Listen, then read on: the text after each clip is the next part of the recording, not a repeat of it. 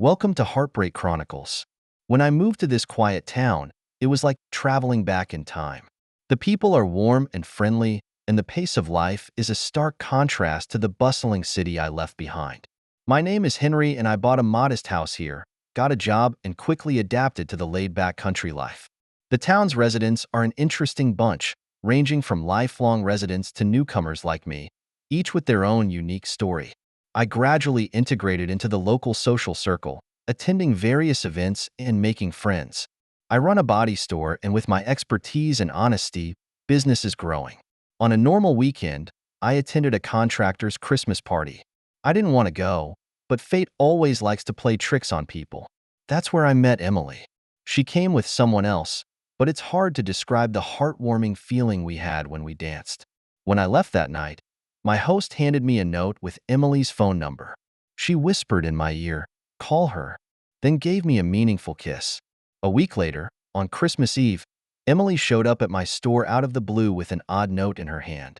It was a rental agreement that said, "Christmas party companion for hire, 5 hours, elegant conversation, excellent dancing skills, kissing skills to be determined, training negotiable if desired." I couldn't help but smile at the creative invitation.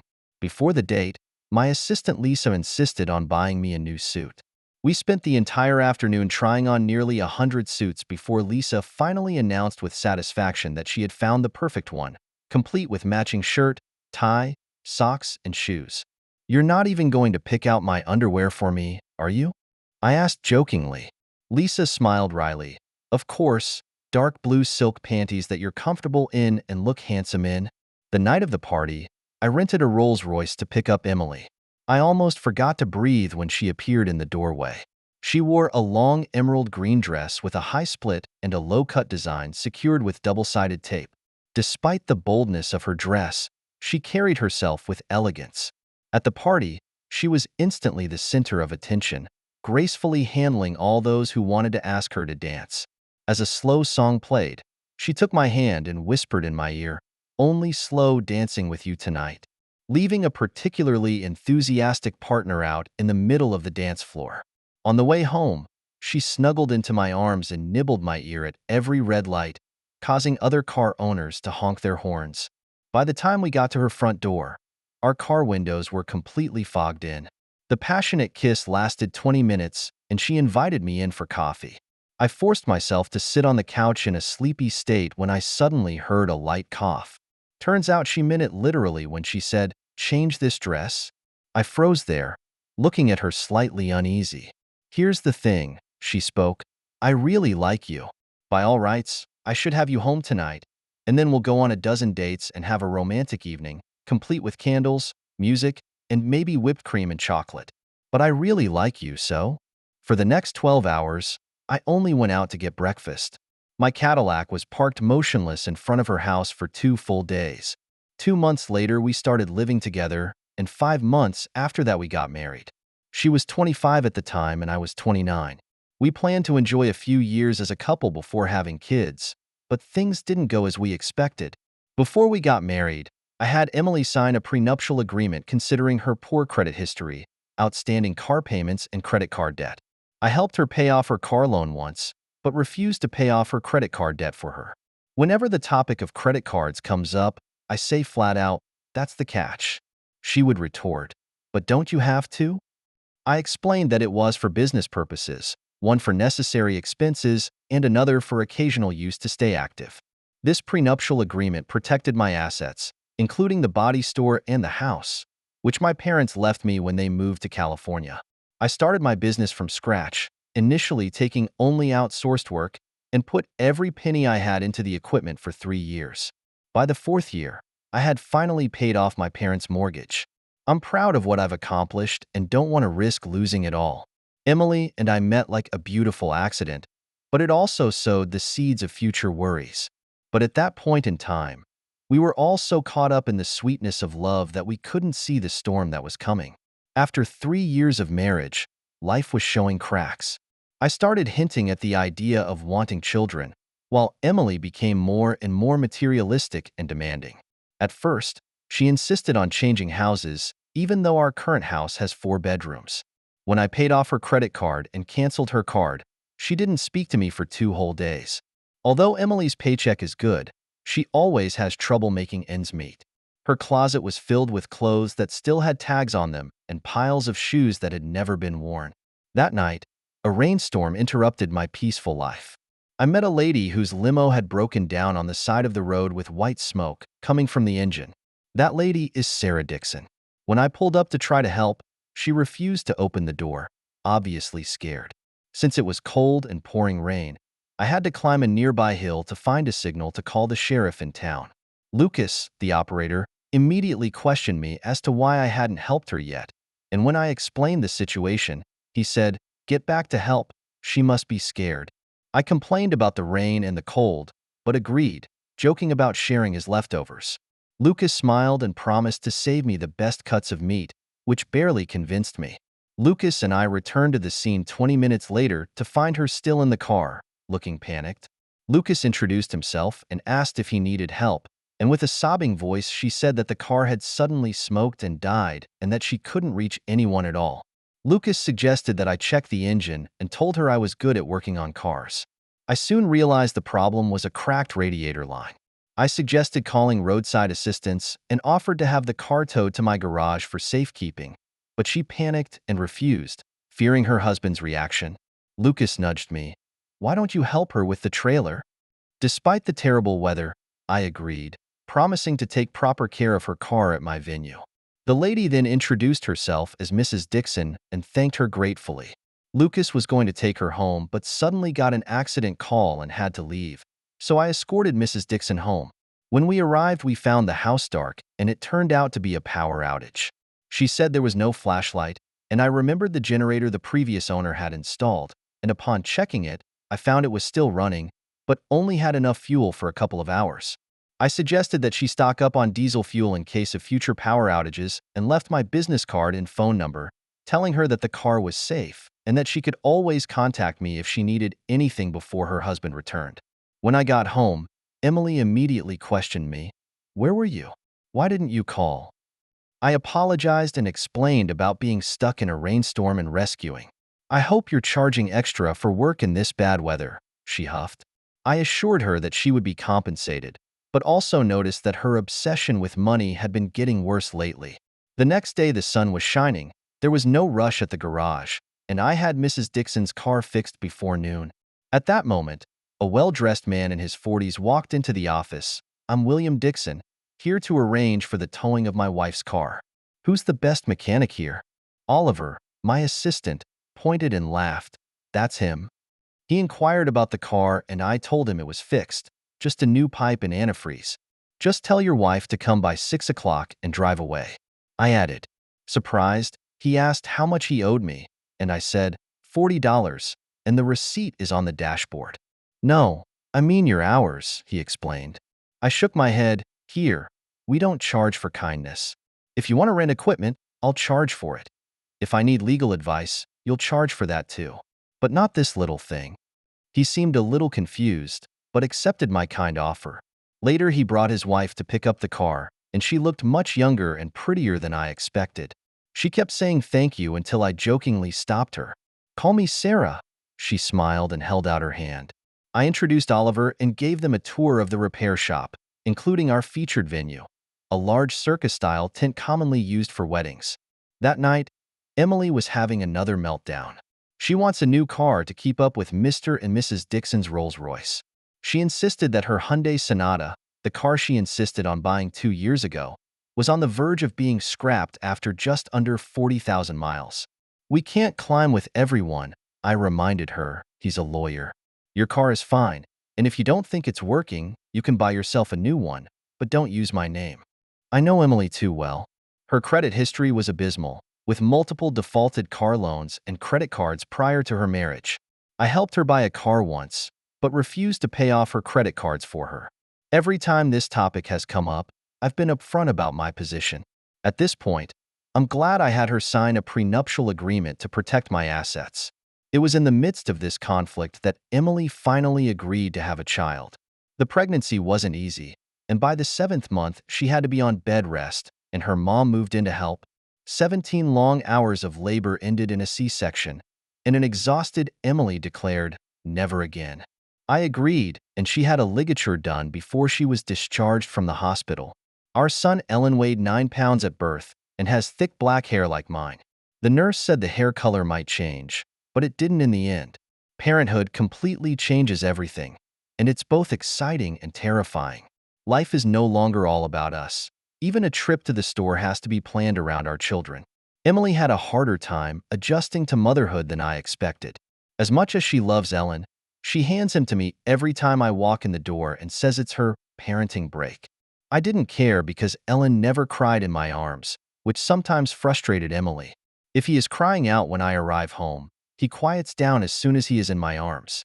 My friendship with Mr. and Mrs. Dixon grew by the day. One weekend, Sarah wanted to hire a tractor to organize her garden. I politely turned her down, explaining, "Tractors can be dangerous to the uninitiated, and I don't want this to bother my conscience. You've got everything you need, and Mr. Anderson's tractor should work." When she mentioned that the engine wouldn't start, I offered to check it out. She worried that it would take time away from me and my family, but I reassured her they'll come along. That Saturday, Emily and Ellen accompanied me to Dixon's house. Sarah wouldn't stop hugging Ellen the entire time, which made Emily look a little annoyed. I charged the tractor while William and I discussed their gardening plans. Later, I gave Sarah her first tractor lesson.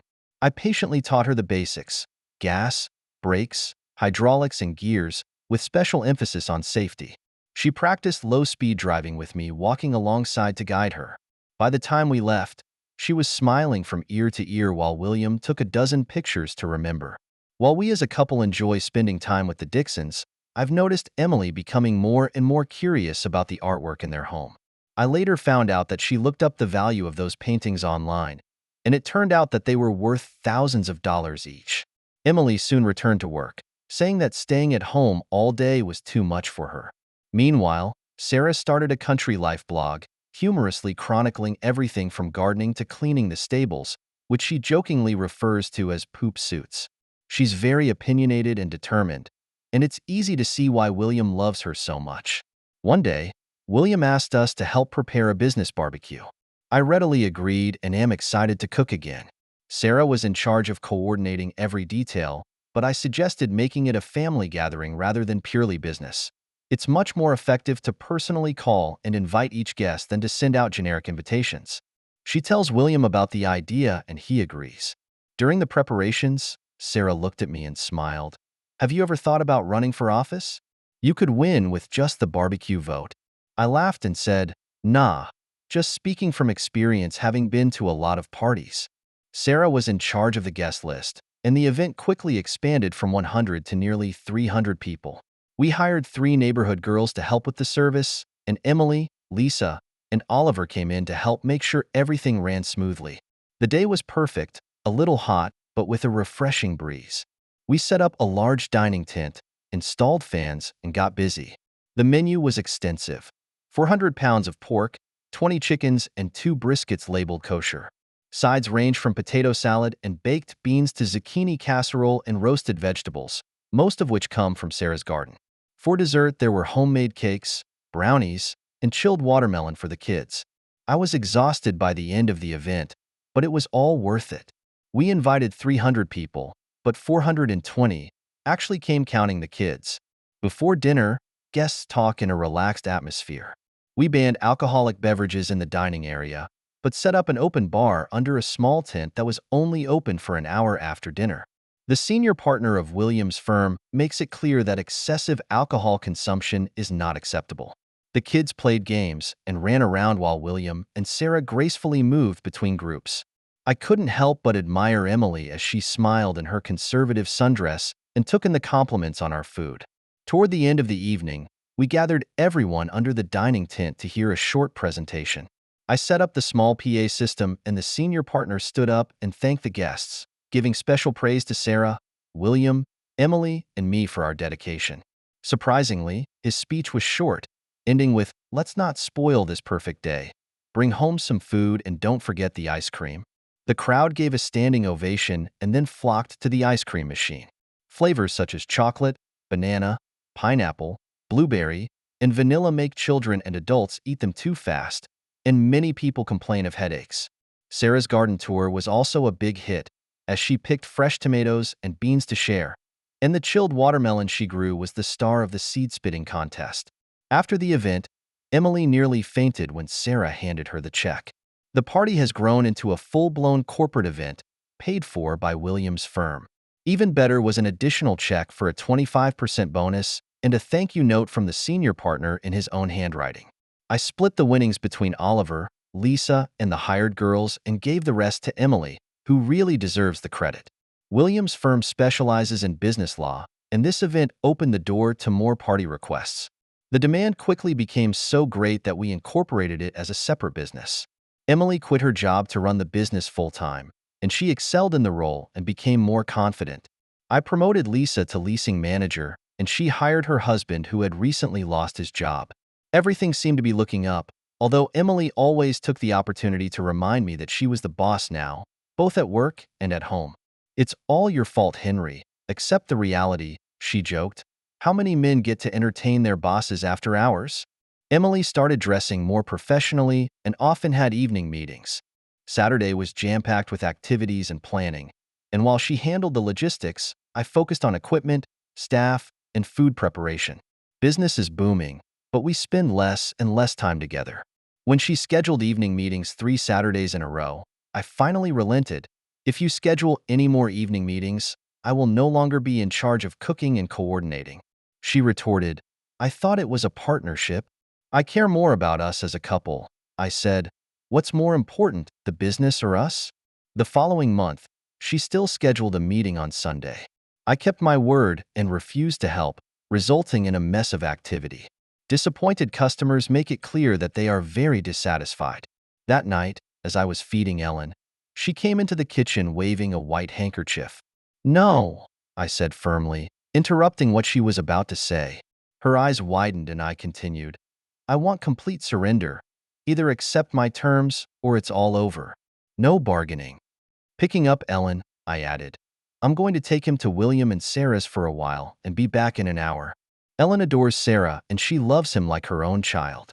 He would rush to her when he first learned to walk, and Sarah used to help us watch him. One of the first words Ellen learned was Sarah, which brought her to tears. Later that night, William asked me about an old race car in their barn that the previous owner had left behind. "The engine broke down," I explained.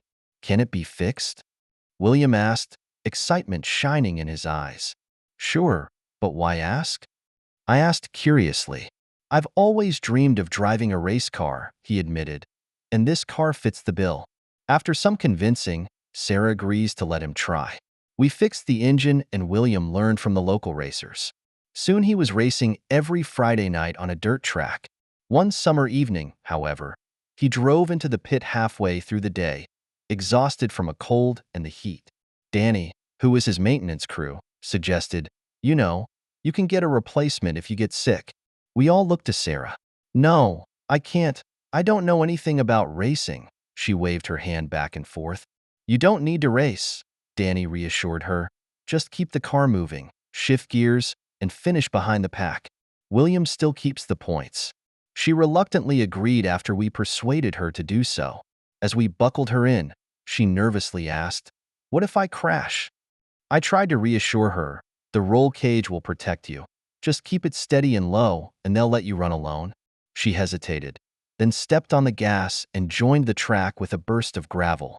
She was quiet for the first 15 laps, avoiding any trouble. Then a driver trying to improve her ranking starts targeting her car. Through the headset, we heard her shout, "What the hell is he doing?" I advised her to brake heavily and then accelerate quickly as he approached. "He'll hit your bumper, but not fast enough to cause serious injury." She executed the advice perfectly and got that rider stuck in traffic. On the next lap, however, he slammed her into the fence. Sarah drove into the pits with a deformed bumper. "Can it be fixed?" she asked eagerly. We could have pulled the dented bumper out, but there wasn't enough time. But Sarah was already enraged. "Tear it down. Let me back in. I'm going to slam this guy into the wall," she said firmly. Danny yanked off the damaged fender hard, and I buckled her in again. "Don't do anything stupid," I warned. "He'll come after you again." "Got it." Danny shouted as Sarah roared back onto the track with a push on the gas. She drove like a stolen Maserati, weaving in and out of the other cars with precision. Seeing the troublemaker aiming at her again, I yelled into my headset, "Now cut left." Sarah barreled to the top of the track, catching him off guard as he crashed into another car, creating chaos behind her. When the warning is lifted, Sarah realizes she's actually in third place. Despite losing a couple of laps, she ended up finishing seventh. The guy who tried to bump her was down in first place, more behind William in the points. As Sarah climbed out of her race car and removed her helmet, she grinned. "How does it feel to lose to a woman?" She patted her ass and then hugged William with a big smile. The rider looked furious, but I stood up for myself. "Stay polite," I said sternly. "She beat you fair and square. Learn from it." His pit crew was dumbfounded, but eventually backed off. Sarah is hooked on racing, used her trust fund to buy her own race car, and started racing in the women's division. She won 2 races even though the season had already started. William finally got his trophy and they started planning for the next year's race, spray painting both cars with the logos of their law firm and ours. This is an entertaining dirt track where many successful racers got their start. For William and Sarah, it became a shared hobby that brought them closer together. And between Emily and me, there seems to be nothing left in common but Ellen. Our business is growing, and we now have 2 full-time teams running the business. Emily dresses more sophisticatedly and has a more confident demeanor, but spends less and less time with Ellen and me. She joined a professional women's organization and attended bi-weekly social events. I was so proud of her when she won an award, but something about the awards dinner just didn't feel right to me. A few of her co-workers looked surprised, almost a little perturbed, when I was introduced as her husband. "It's strange," I said later. "Some of your friends seemed shocked when they saw me. You don't have a husband in town by any chance, do you?" I joked. Emily's face went red. "No, honey," she said quickly. "They're just surprised I didn't make you up. You should come to more social events and let me show you off." Her explanation sounded reasonable, but I always felt something was wrong. Fall came, business slowed down, and we went back to working with just our core team. William's boss called and asked me to palm duty for William's birthday and racing achievement celebration party. I wanted to show my appreciation and let William show off his racing accomplishments. "You're his best friend outside of work, and if he doesn't invite you, he'll offend you instead," he explained. "How many?" I asked. "About 40 people, all friends. We would love to have you cook, but not in a professional capacity, but as a friend." I agreed, but kept it simple. "I'll take care of the meats, pork, chicken, and beef, and let the wives prepare the desserts and side dishes." William would have preferred that. When I told Emily the date, she frowned and said, "I have an event that day that we've signed a contract for, and I can't not go." She looked annoyed. I replied, "It's a friend. If they hadn't trusted us to throw that first party in the first place, we wouldn't be in business. You'd be rude not to show up. You can go and check your activity and come back to make sure everything is okay." Think of Sarah and William. On the day of the party, Emily called to say she was delayed at work but would be back in an hour. We were running out of ice fast and I offered to go home to get some and set off in William's car.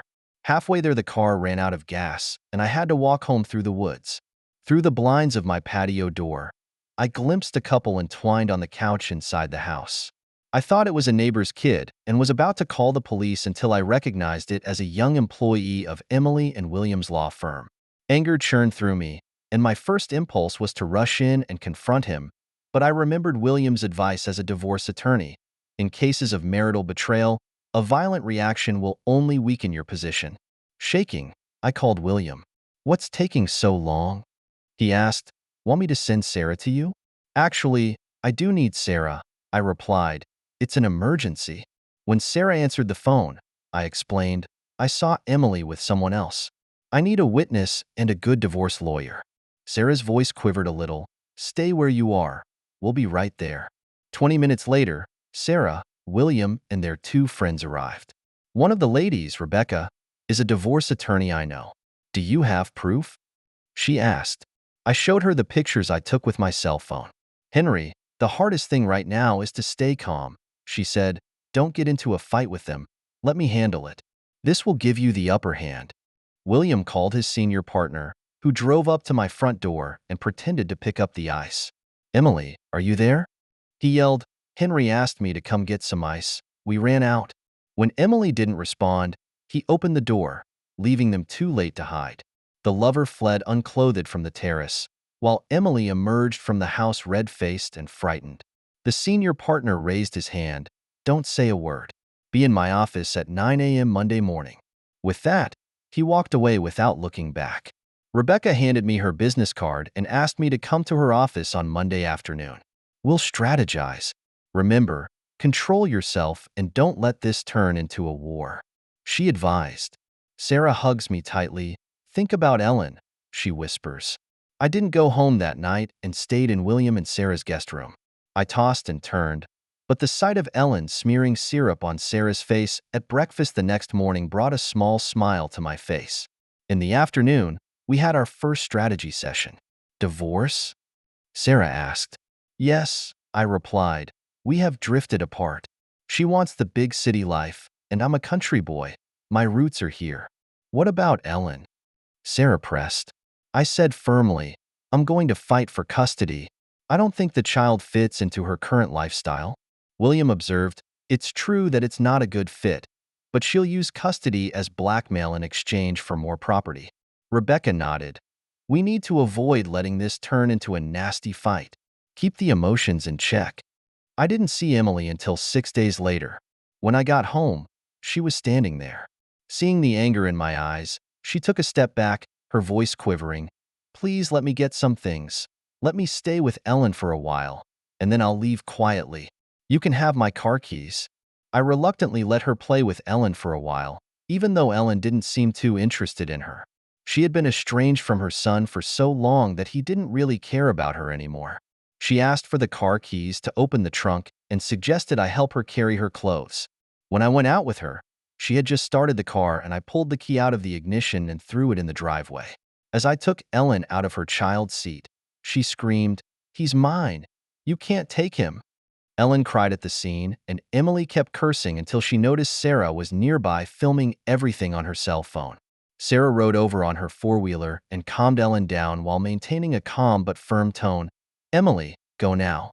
If you want to see Ellen, go to the courthouse and get permission. Now go, before I call the police. Emily is still screaming, but Sarah isn't backing down. Every word was recorded. When Emily finally left angrily, Sarah came over and said, Are you okay? She asked softly.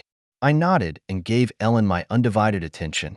The next day, I gave the video to Rebecca, who immediately filed for an injunction requiring Emily to undergo a psychiatric evaluation before seeing Ellen. Emily moves in with her lover, who is indeed fired for their affair, and while the euphemism is used, the message is clear. There will be no letters of recommendation. He had to take a job that paid less. I sent a letter to my clients informing them that I was no longer actively involved in the business, but would honor all existing contracts. Emily has taken over the party and catering business, but I'm considering quitting altogether. Rebecca advised me against it. You have a good reputation, she explained, and may want to return to the business later. And it would provide Emily with income, which could work in your favor. Negotiations begin, and Emily makes her demands. She wants the house, but it's still in my parents' name. She wants the equipment, but according to the prenup, it all belongs to my company and she can't afford it. Rebecca froze most of our accounts and only allowed payroll and supplies to be paid. Profits go into an account controlled by Emily to ensure fairness. Despite her reluctance, Rebecca and her attorney eventually convinced her to accept the agreement. Emily tried to set up one last meeting to vent her frustration, but I refused. By then she had dated 5 men in 18 months, all of them kind of glamorous city guys, most of them poor. For Ellen's sake, I'm staying calm. Ellen just turned 3 and barely noticed her absence. Emily ended up getting the company and giving me a quarter of the profits. I was granted full custody of Ellen, with limited visitation rights for Emily, with strict conditions attached. No men around Ellen, and any violation would result in severance of contact. During this time, Sarah and William became my moral support, helping me cope with anger and loss. Sarah takes on the role of mother to Ellen with the full support of William. In fact, William had pictures of him, Sarah and Ellen on his desk, leading clients to believe that Ellen was his stepson. It helps his image as a family man. I surprised them both by naming them Ellen's guardians in my will. You're a family man, William. Always have been. You and Sarah are the closest thing Ellen has to family.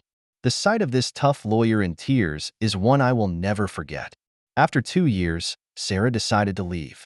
I can't stay here, Henry, she said, tears streaming down her cheeks. I see him everywhere. Ellen cried for 2 whole days, and I wept silently. Sarah has been my spiritual anchor for many years. She gave us the keys to the farm and asked us to look after the place. I go to maintain the farm regularly, but nothing is the same. Ellen began to socialize more, and our home became a gathering place for his friends. I've met some divorced moms, but it's all just casual dating. In the meantime, my business has flourished, opening more restaurants and expanding my equipment rental services. In contrast, Emily's business is deteriorating. After losing the favorable lease terms I offered, her sous chef quit and she eventually had to close. She became an office manager for an insurance company, married a lawyer, but divorced again 18 months later because of infidelity on the other side. She still sees Ellen on holidays and birthdays, but there is little contact between them. I came home one evening, tired from working on the opening of the new restaurant, to see Ellen and his mom with mysterious smiles on their faces. What's wrong? I asked, looking down to make sure my pants were zipped up. We have guests, Mom said, gesturing to the door. It's Sarah. She jumped into my arms and cried. We kept in touch, but I always encouraged her to come home. How long are you staying? I asked. Stay another 30 to 40 years, she replied. I'm going home, Henry. I'm tired of city life. I want to see stars, not smoke. I want to see you and Ellen every day. We helped her move back into her house. She looked a little tired and out of shape, but within a couple of weeks the farm began to recover. She's gotten stronger, and the farm work and tractor rides have brought back her youth. Ellen goes back and forth between her house and ours, even though she insists we're just friends. A few months later, we started dating. We watched movies, went to concerts, and occasionally danced together. Despite her insistence that we were just friends, everything fell into place. One cold night, as we sat on the porch swing and watched Ellen and his friends riding four-wheelers, I stopped swinging and looked her in the eye. Marry me. What? She said in surprise. Marry me. I've loved you for so many years, and you love me, even if you won't admit it. Let's stop playing this house-swapping game and settle down. Tears welled up in her eyes. But our age. I know you're 50 and I'm 43. I don't care. I love you until the day death do us part. When she hesitated, I added, this is an ultimatum. Marry me, or I swear on Nigel's name, I'll never set foot on this farm again. Now, yes or no? She didn't say anything and I turned to leave. Before we reached the porch, she grabbed me and we rolled down the steps together. Ellen ran over to him. Sarah, are you okay? He asked worriedly. Sarah smiled through her tears and said, It's okay, honey. I just got good news. Soon I'll officially be your mom. I hope you'll be happy. Ellen grinned. You've always been my mom, and now I can say it out loud. I love you, Mom. Our wedding was held on a farm meadow in the spring and became the talk of the town. Lisa had organized everything perfectly, and William's old friends showed up, including Isabella. She kisses Sarah and tells her how lucky she is. The racers at the track restored Sarah's race car and gave it to her as a wedding gift. The years flew by and happiness came with them. Ellen graduated from college, got married, and started a business with his wife. We gave them my old house as a wedding gift and redecorated it before that. They gave us 3 beautiful grandchildren and Ellen named his son William. For our golden wedding anniversary, I gave Sarah a painting of William by a famous painter. She cried for 2 hours, and then we hung the painting above the fireplace. Sometimes, when Sarah is playing with our youngest granddaughter by the fire, I'll look at that picture and swear William is smiling. Anger churned inside me, but I remembered William's advice as a divorce attorney. In cases of marital betrayal, violent reactions only weaken your position. Shaking, I dialed William's number. When I explained the situation, Sarah immediately said, Stay where you are. We'll be right there. 20 minutes later, Sarah, William, and 2 friends arrived, one of whom, Rebecca, was a divorce attorney. After looking at the pictures on my cell phone, she advised, "The hardest thing right now is to stay calm and let me handle it. This will give you the upper hand." William then called his senior partner. The senior partner pretended to come to get ice and ran into the scene. Emily's lover flees unclothed from the terrace, while Emily stands there blushing. The senior partner held up his hand, "Not a word, and be in my office at 9 o'clock Monday morning." Afterward, the young man was fired, although with euphemisms, but made it clear that there would be no references. Emily and I didn't see each other for 6 whole days. When I got home, she was there, saw the anger in my eyes, and took a step back. "Please let me get some things. Let me stay with Ellen for a while, and then I'll leave quietly. You can have my car keys." I reluctantly agreed, but when she tried to start the car, I immediately pulled out the keys and threw them in the driveway while taking Ellen out of her child's seat. Emily screamed hysterically, "He's mine. You can't take him." Ellen cries in shock while Emily keeps up the insults until she realizes that Sarah is off to the side videotaping on her cell phone. Sarah came over on her four-wheeler and calmed Ellen down while calmly but firmly telling Emily, "Leave now, and if you want to see Ellen, go to the courthouse and get permission. Leave before I call the police." The next day, I gave the video to Rebecca, who immediately filed for an injunction requiring Emily to undergo a psychiatric evaluation before seeing Ellen. At our first strategy session, I was adamant about fighting for Ellen's custody. "I don't think the child is suited to her current lifestyle." William warned me, "She'll use custody as blackmail for more property." The negotiations were exceptionally difficult. Emily made a series of demands. She wanted the house, but it was in my parents' name.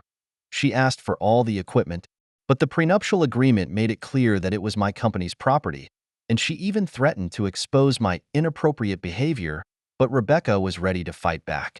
The legal proceedings lasted for months, during which time Emily attempted to meet with Ellen, but were prevented from doing so by Rebecca's injunction. Rebecca froze most of our accounts and only allowed payment of employee wages and necessary supplies. All profits go into an account that Emily can monitor for fairness. She's had 5 boyfriends in 18 months, all of them glamorous but shy city men. Instead, I focus on taking care of Ellen, who is only 3 and doesn't seem to miss his mommy too much. The final agreement was that Emily would get the party planning company but would give me a quarter of the profits. I would get full custody of Ellen, and Emily would have limited visitation rights with strict conditions: no male companions in Ellen's presence, and any violation would result in visitation rights being terminated. I sent a letter to my clients stating that I would no longer be actively involved in the party planning business, but would honor all existing contracts. Tragedy struck when Ellen was 9 years old. Every afternoon, he gets off the school bus in front of Sarah's house and rides his four-wheeler through the woods. Sarah would always wave at me, and then they would walk inside together for a snack and homework before heading back to my house. Sometimes he would spend the night at Sarah's house, and she even had a room set up just for him. Ellen called me that day crying, "Come on, Daddy. Sarah's lying on the floor and I can't wake her up." I immediately rushed over to find Sarah collapsed on the floor, sobbing in agony and completely unable to respond. Just as I was about to call an ambulance, the phone rang. "Is a senior partner at Williams. Henry, you need to see Sarah." His voice was heavy. "William had a heart attack in the office and died on the spot." My cell phone almost fell to the floor. William was gone, and my best friend. Sarah's whole world fell apart in that moment. I held her on the couch and rocked her gently like a soothing child as we cried together. William's wishes were to be cremated and for the ashes to be scattered around the farm. "This is the only place I feel like home," he wrote in his will. All kinds of people came to the funeral: clients, race car drivers, members of the law firm, even Emily. During the time of mourning, Emily held Sarah and had Ellen sit on her lap. Emily's mom, who has now developed a strong bond with Sarah over Ellen, has been by Sarah's side. Sarah's eyes kept following me as if I was her only support in this weightless world. William's passing came as a shock to everyone. He was only 52 and looked so healthy. Doctors suspect an undetected underlying disease. After the funeral, friends and family went back to their lives, leaving Sarah to face her grief alone. Ellen, Emily's mom, and I stayed with her through the most difficult 2 weeks. By the second week, She seemed to be slowly starting to recover, but when reading William's will, it all became all too real again. He left letters for each of us. The letter to me reads, "Dear Henry, if you're reading this, it means I'm gone. Thank you for your friendship. You have made me a better person and appreciate life.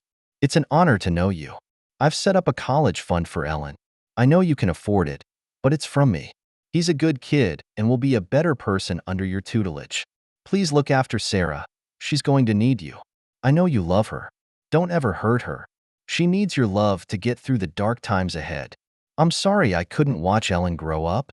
Most of William's estate, including the farm and investments, was left to Sarah. He also left a fund for his beloved racetrack, which was later named in his honor. Sarah tried to pull herself together, but after a year, she made her decision. "I can't stay here, Henry," she said, tears running down her cheeks. "I see him everywhere." Ellen cried for 2 whole days, and I wept silently. Sarah has been my spiritual anchor for many years.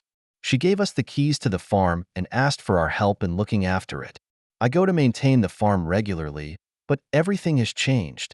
Ellen began to socialize more, and our home became a gathering place for his friends. I carefully got to know each of my friends' parents and often invited them over. I've dated some divorced moms, but it was casual and didn't develop into anything. In the meantime, my business has flourished, opening more restaurants and expanding my equipment rental services. In contrast, Emily's business is deteriorating. After losing the favorable lease terms I offered, her chef quit and eventually had to close. She became an office manager for an insurance company, married a lawyer, but divorced again 18 months later because of the other's infidelity. She still sees Ellen on holidays and birthdays, but there is little contact between them. I came home one evening, tired from working on the opening of the new restaurant, to see Ellen and his grandmother with mysterious smiles on their faces. "What's wrong?" I asked, looking down to make sure my pants were zipped up. "We have a visitor," his grandmother said, gesturing toward the door. "It's Sarah." She threw herself into my arms and cried. We kept in touch, but I always encouraged her to come home. "How long are you staying?" I asked. "Stay another 30 or 40 years, she replied. "I'm going home, Henry. I'm tired of city life. I want to see stars, not smoke. I want to see you and Ellen every day." Tears welled up in her eyes, and for the first time in 2 years, I felt deep happiness. We helped her move back into her house. She looked a little gaunt and out of shape, but within a few weeks the farm began to bring her back to life. She became stronger, her face regained its youthful glow, and she was rejuvenated by her labor in the garden and her days on the tractor. Ellen goes back and forth between her house and mine, even though she insists we're just friends. A few months later, Sarah and I started dating. We watch movies, go to concerts, and occasionally dance together. Everything is so natural. One cold night, as we sat on the porch swing, covered in blankets, watching Ellen and his friends ride four-wheelers, I stopped rocking and looked her in the eye. "Marry me." "What?" she said in surprise. "Marry me. I've loved you for so many years, and you love me, even if you won't admit it. Let's stop playing this house-swapping game and settle down." Tears welled up in her eyes. "But our age difference," she began. "I know you're 50 and I'm 43. I don't care. I love you until the day death do us part." When she still hesitated, I added, "This is an ultimatum. Marry me, or I swear on William's name, I'll never set foot on this farm again. Now, yes or no?" She didn't say anything. I turned to leave. Before we reached the porch, she grabbed me and we rolled down the steps together. Ellen ran over to him. "Sarah, are you okay?" he asked worriedly. Sarah smiled through her tears and said, "It's okay, honey. I just got good news. Soon I'll officially be your mom. I hope you'll be happy." Ellen grinned. "You've always been my mom, and now I can say it out loud. I love you, Mom." Our wedding was held on a farm meadow in the spring and became the talk of the town. Lisa had organized everything perfectly, and William's old friends showed up, including Isabella. She kisses Sarah and tells her how lucky she is. The racers at the track restored Sarah's race car and gave it to her as a wedding gift. The years have flown by, and our happiness grows with each passing day. Ellen graduated from college, got married, and started a business with his wife. We gave them my old house as a wedding gift and redecorated it beforehand. They gave us 3 beautiful grandchildren, and Ellen named his son William. On our golden wedding anniversary, I gave Sarah an oil painting of William by a famous painter. She looked at the portrait and cried for 2 hours, then we hung it above the fireplace. Sometimes, when Sarah is playing with our youngest granddaughter by the fireside, I look at that portrait and swear William is smiling. That's the end of today's story.